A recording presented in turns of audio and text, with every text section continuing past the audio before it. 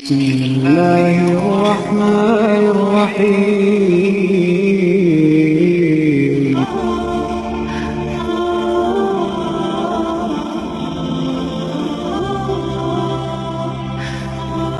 نحمده ونصلي على رسول الكريم اما بعد فاعوذ بالله من الشيطان الرجيم. ما كان محمد ابا احد من رجالكم ولكن رسول الله وخاتم النبيين وكان الله بكل شيء عليما. وقال النبي صلى الله عليه وآله وسلم وإنه سيكون في أمتي كذابون 30 كلهم يزعم أنه نبي الله وأنا خاتم النبيين لا نبي بعدي. محترم سامعین کرام، ستمبر کا مہینہ خصوصاً 7 ستمبر اہل پاکستان کے لیے بڑی ہی خوشیاں لاتا ہے، کیونکہ اس دن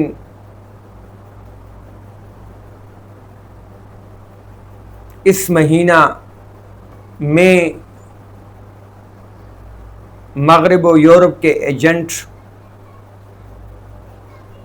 اسلام کے دشمن جماعت کو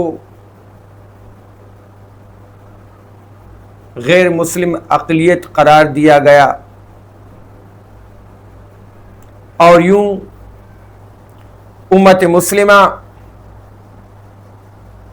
اور اسلام ایک بڑے ہی فتنے سے محفوظ ہوا۔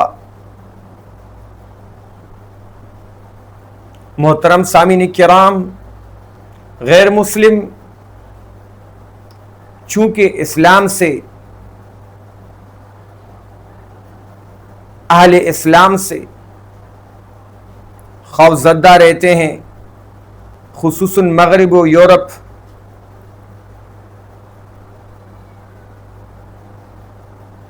اور وہ اس دنیا میں اپنے شان و شوکت کے لیے، اپنی برتری قائم رکھنے کے لیے کوشاں رہتے ہیں، لیکن واحد اسلام ہی ایسا مذہب ہے جس نے ان کے شان و شوکت کو توڑا ہے، اور باوجود اس کے کہ اس وقت امت مسلمہ بڑی کمزور ہے،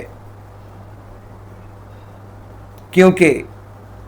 دنیا کی محبت، موت سے نفرت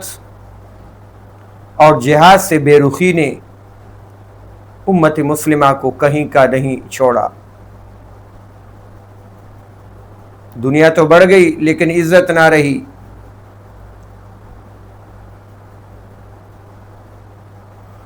لہذا اسی وجہ سے کہ یہ یہود و نصارہ اسلام سے خوفزدہ رہتے ہیں، اسلام کی تاریخ ان کے سامنے ہے، ان کے اور مسلمانوں کے مار کے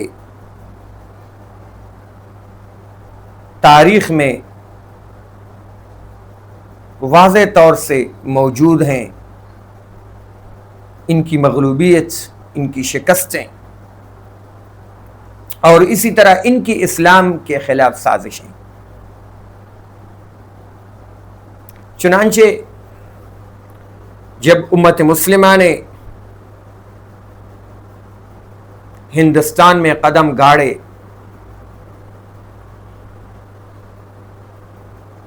اور ہندوستان میں اسلام پھیلا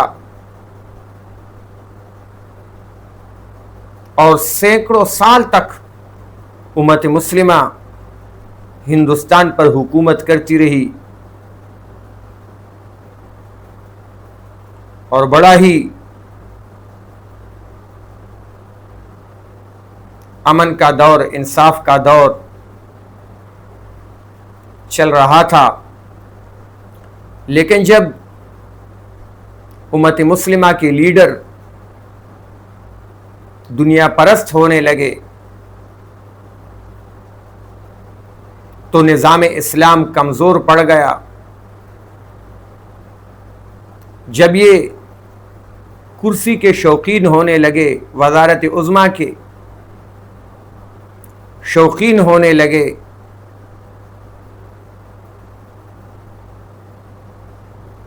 تو نظام اسلام کمزور پڑ گیا. ان کے آپس میں اختلافات ہوئے جس کا فائدہ دشمن نے اٹھایا. اور اگرچہ دشمن ایک تجارت کے غرض سے ہندوستان میں آیا اور تجارت کرنے لگا، لیکن جب یہاں کی سرسبز و شادابی دیکھی تو اسے سونے کی چڑیا قرار دیا اور حکمرانی کی سوچنے لگا. دوسری جانب امت مسلمہ اپنے مقاصد میں، اسلامی تعلیمات میں،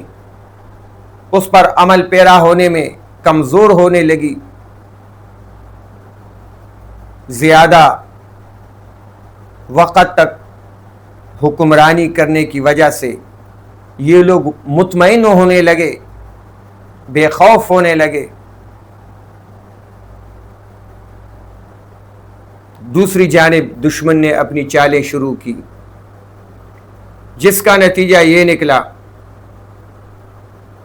کہ ہندوستان پر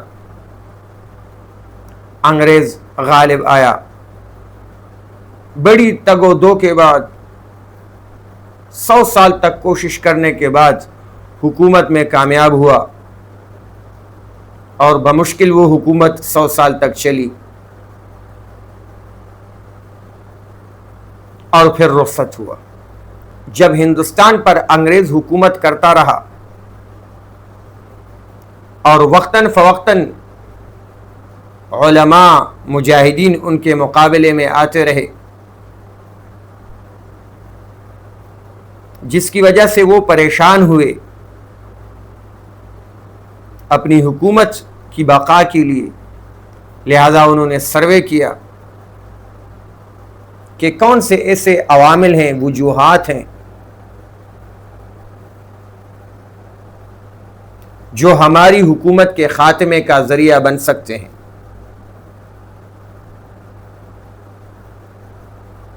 انہیں بتایا گیا کہ جب تک مسلمانوں کے اندر جذبہ جہاد ہے اس وقت تک ہندوستان میں انگریز کی حکومت خطرے میں رہے گی. انگریز کی حکومت کو بقا نہیں مل سکتی.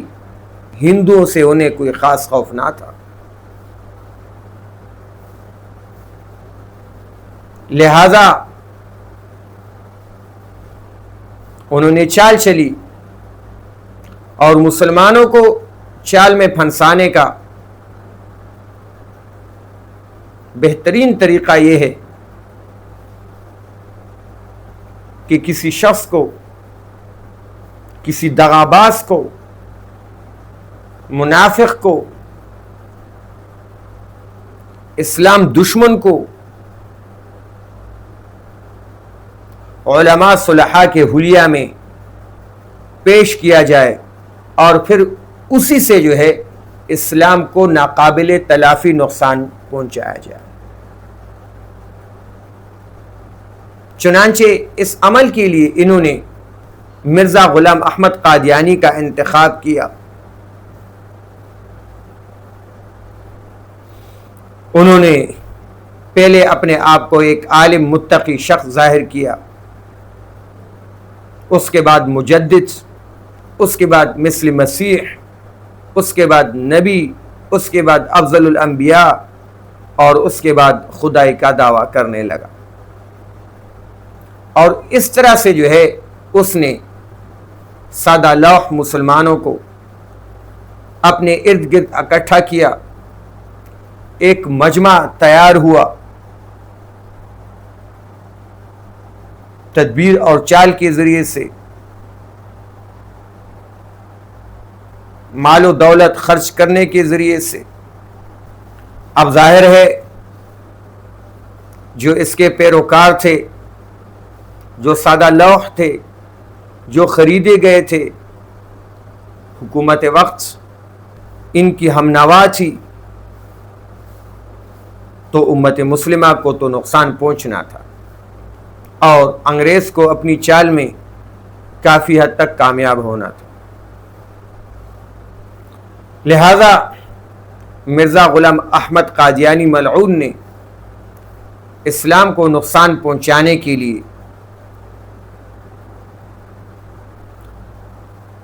اپنے آپ کو بہت ہی برگزیدہ شخص ظاہر کیا اور انگریز کے خلاف جہاد کو حرام قرار دیا، کیونکہ یہ واحد چیز ہے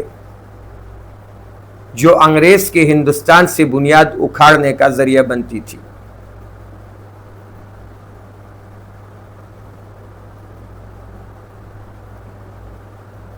اور اپنے آپ کو نبی ظاہر کیا تو اس کا نتیجہ تو یہی ہونا تھا کہ کافی لوگ اس کے پیروکار ہوتے اور اس کے ہمنوا بہت سارے بن بھی گئے۔ ظفر اللہ خان پاکستان کا سب سے پہلے وزیر خارجہ، وہ بھی قادیانی تھا۔ آپ سوچیں کہ قادیانیت جو ہے وہ کتنی مضبوط ہو گئی تھی، لیکن الحمدللہ علماء اسلام کی انتھک کوششوں نے اور بے انتہا قربانیوں کے نتیجے میں، شہادتوں کے نتیجے میں، اور حضرت مفتی محمود رحمہ اللہ اور ان کے ساتھیوں کے کوشش کے نتیجے میں، اور ذوالفقار علی بھٹو رحمہ اللہ کے دستخط کے نتیجے میں، قادیانی غیر مسلم اقلیت قرار دیا گیا اور ہمیشہ ہمیشہ کے لیے اہل پاکستان، اہل ہندوستان ایک بڑے فتنے سے محفوظ ہوئے۔ محترم سامعین کرام، فرمان نبی صلی اللہ علیہ وآلہ وسلم وَإِنَّهُ سَيَكُونُ فِي أُمَّتِي كَذَّابُونَ ثَلَاثُونَ كُلُّهُمْ يَزْعَمُ أَنَّهُ نَبِيُّ اللَّهِ وَأَنَا خَاتَمُ النَّبِيِّينَ لَا نَبِيَّ بَعْدِي، کہ اے لوگو، میری امت میں ایک نہیں، دو نہیں، تین نہیں،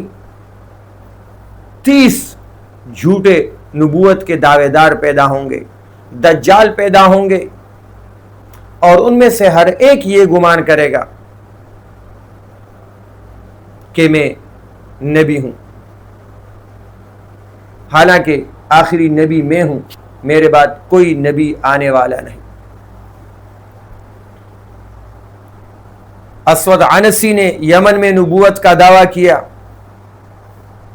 نبی کریم صلی اللہ علیہ وسلم نے فیروز دیلمی رضی اللہ تعالی عنہ کو ان کی سرکوبی کے لیے بھیجا اور انہیں واصل جہنم کیا گیا۔ مسیلمہ کذاب نے نبوت کا جھوٹا دعویٰ کیا، انہیں قتل کیا گیا۔ حضرت وحشی رضی اللہ تعالی عنہ نے انہیں واصل جہنم کیا۔ حضرت خالد بن ولید رضی اللہ تعالی عنہ کی سپہ سالاری میں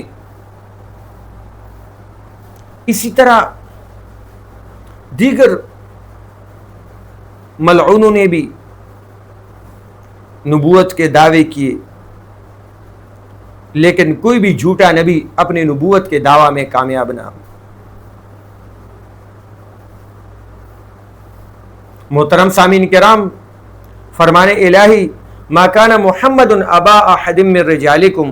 ولکن رسول اللہ وخاتم النبیین، اے لوگو، حضرت محمد صلی اللہ علیہ وآلہ وسلم تم میں سے کسی کے بھی باپ نہیں ہیں، والد نہیں ہیں، لیکن اللہ کے رسول ہیں، خاتم النبیین ہیں، ہاں نبوت کے سلسلے پر مہر لگانے والے ہیں، نبوت کے سلسلے کو ختم کرنے والے ہیں۔ فرمایا نبی کریم صلی اللہ علیہ وآلہ وسلم نے کہ میری اور مجھ سے پہلے انبیاء علیہ الصلوۃ والسلام کی مثال اس طرح ہے کہ ایک شخص نے بہت ہی بہترین محل تیار کروایا،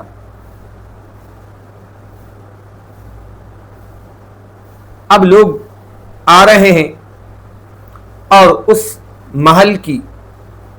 زیارت کر رہے ہیں، اس کا دیدار کر رہے ہیں، لیکن یہ بھی دیکھ رہے ہیں کہ اس محل کے کونوں میں سے ایک کونے میں ایک اینٹ نہیں ہے۔ اس بات پر انہیں بڑا تعجب ہے کہ اتنا حسین محل،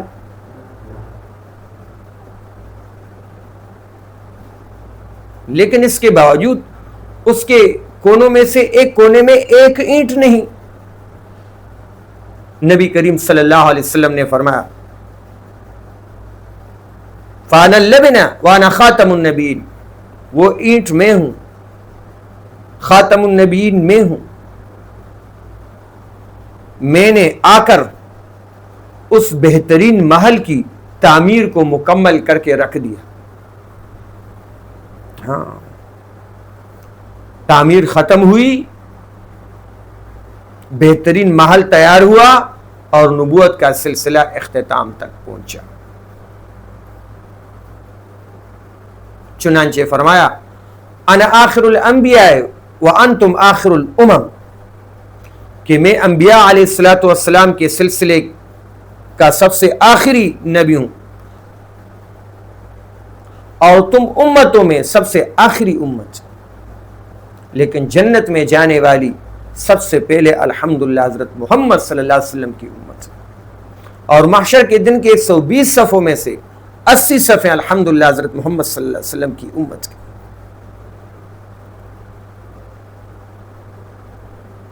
مرزا غلام احمد قادیانی بڑا ہی ملعون تھا، وہ کہتا تھا کہ مجھ پر برسات کی طرح وحی کی بارش ہوتی ہے، حالانکہ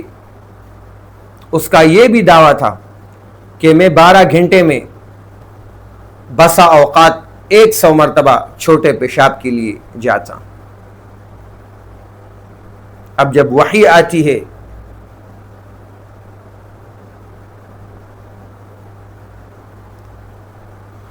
تو اللہ کا بندہ باوضو ہوتا ہے، وحی کے لیے پاک ہونا شرط ہے۔ اس ملعون کو پیشاب سے فرصت نہیں ملتی تھی، اس کے ساتھ ساتھ یہ ہیضہ کا بیمار تھا، حالت مرض الموت میں جب ہوش میں آتا تو پیشاب بھی بہتا اور ساتھ ساتھ میں پاخانہ بھی بہتا، تو حالت تو اس کی یہ تھی کہ اس کو چھوٹے پیشاب سے اور بڑے پیشاب سے فرصت نہیں ملتی تھی، لیکن دعویٰ جو ہے وہ افضل الانبیاء کا کیا کرتا تھا، دعویٰ نبوت کا کیا کرتا تھا، ذلی نبی، مستقل نبی، امتی نبی۔ ہیضہ ہی کی حالت میں اس کی موت آئی، لیٹرین میں اس کی موت آئی۔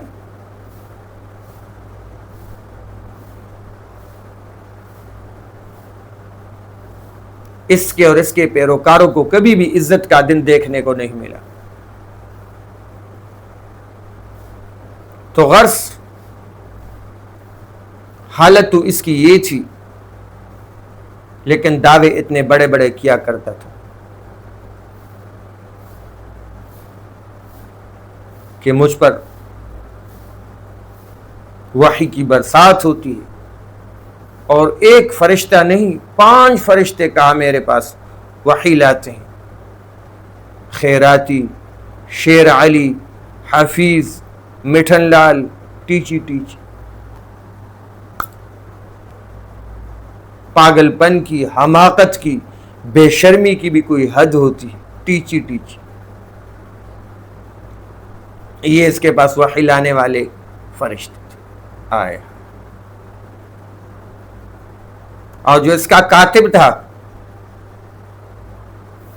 جس کا کاتب وحی تھا، وہ ایک ہندو پنڈت کا بیٹا شام لال، انتہا درجے کا بے وقوف 12 سال کا بچہ،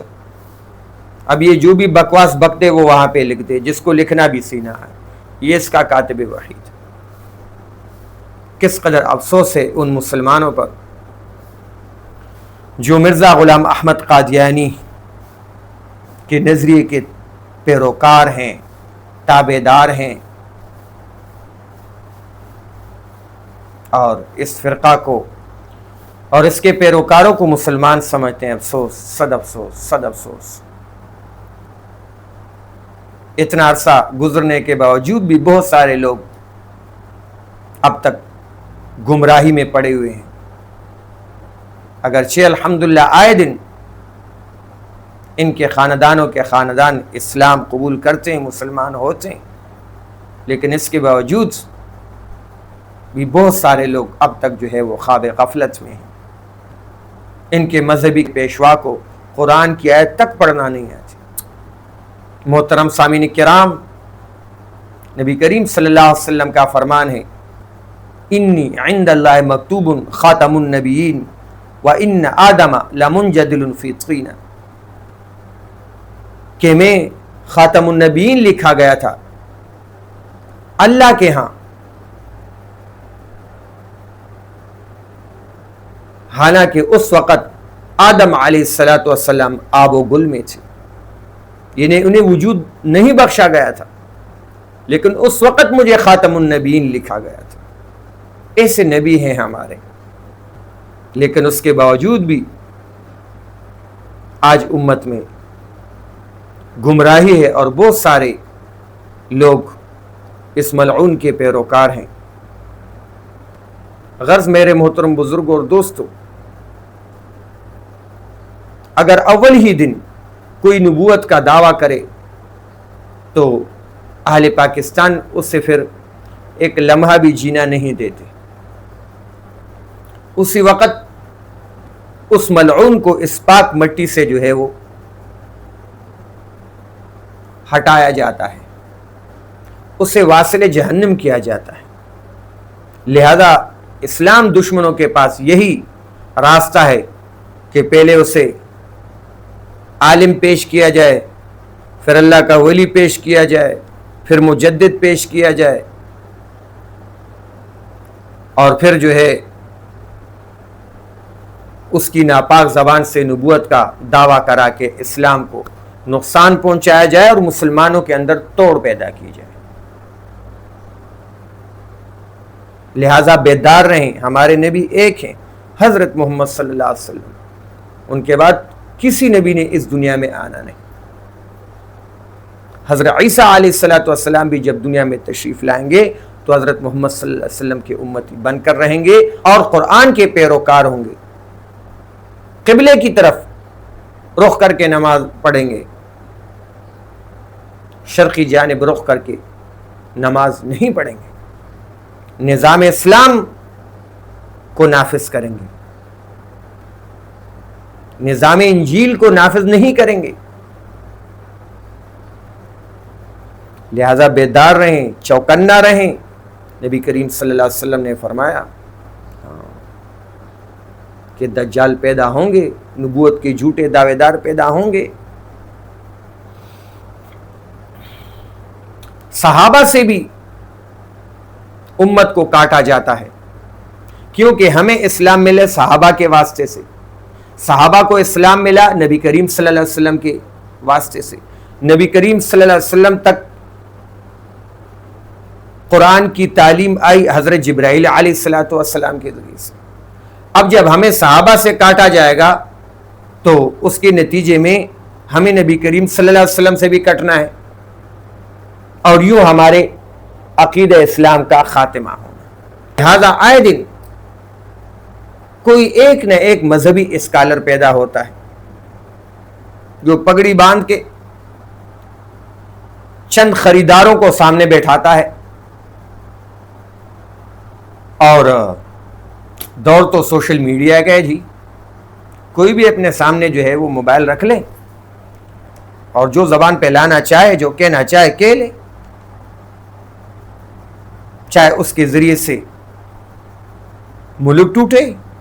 ملک کا امن خراب ہو، فرقہ واریت پھیلے، بغاوت پھیلے، فحاشی پھیلے، اس سے اس کو کوئی سروکار نہیں، کیونکہ یہ تو ایجنٹ ہے، اس کو تو جو باہر سے حکم مل رہا ہے وہ تو اس کو پورا کرنا ہے۔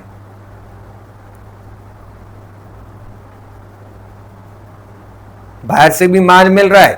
یہاں بھی جو ہے اس کے سبسکرائب ہیں، فالورز ہیں، یہاں سے بھی مال مل رہا ہے۔ تو غرض ایسے لوگ جو اپنے آپ کو امت کے مقتدا ظاہر کر رہے ہیں، جو کسی بڑے دینی ادارے سے وابستہ نہیں ہے، نہ انہوں نے وہاں سے کوئی تعلیم حاصل کی، اور بیٹھ گئے امت کے مقتدا بن کر، پیشوا بن کر طعن و تشنیع کر رہے ہیں صحابہ پر، ائمہ پر۔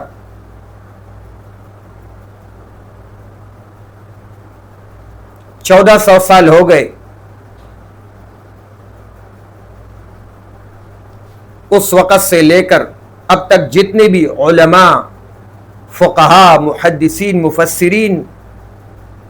گزرے ہیں، اس کے بقول یہ 14ویں صدی کے مذہبی اسکالر کے بقول انہوں نے اسلام کو صحیح نہیں سمجھا، اگر سمجھا ہے تو اس نے سمجھا ہے، اور جس کا نتیجہ یہ کہ یہ صحابہ پر طعن و تشنیع کر رہا ہے، ائمہ پر طعن و تشنیع کر رہا ہے۔ چند دن تو پھر اس کا چرچا ہوتا ہے، بعد میں جیل کے سلاخوں کے پیچھے ہوتا ہے، جب اس کی بدگوئی اور اس کی سرکشی حد سے بڑھ جائے اور اس کی ناپاک زبان سے کوئی بھی محفوظ نہ رہے۔ لہذا یہ جدید دور کے جدید مذہبی اسکالروں سے بھی اپنے آپ کو 100% بچانے کی کوشش کریں، اپنے دوستوں کو، رشتہ داروں کو بھی۔ الحمدللہ اسلام قرآن حدیث کی صورت میں محفوظ ہے، معتبر فقہ کی صورت میں موجود ہے۔ الحمدللہ علماء حق رہنما موجود ہیں جو الحمدللہ کبھی نہیں بکتے۔ ہاں، عربی میں مقولہ ہے نا کہ کل جدید لذیذ، ہر جدید لذیذ۔ اور جو مذہبی اسکالر ہوتے ہیں وہ تو اسلام کو اور غیر اسلام کو پھر ملاتے ہیں، تو اس میں اور بھی مزہ آ جاتا ہے کہ دنیا بھی جو ہے وہ ہاتھ سے نہ گئی اور دین میں مل گیا، جدید اسلام، اور امت جو ہے وہ تباہی کے راستے پر، ملک انتشار کے راستے پر، اس کی حماقت کی وجہ سے جو ہے وہ چلنے لگے۔ لہٰذا میرے محترم بزرگوں اور دوستوں، نبی کریم صلی اللہ علیہ وسلم کے خاتم النبیین ہونے کا پختہ عقیدہ رکھیں، علماء حق سے جڑے رہیں، اور غداروں سے 100% بچنے کی کوشش کریں، اسلام کے غداروں سے۔ وآخر دعوانا ان الحمدللہ رب العالمین۔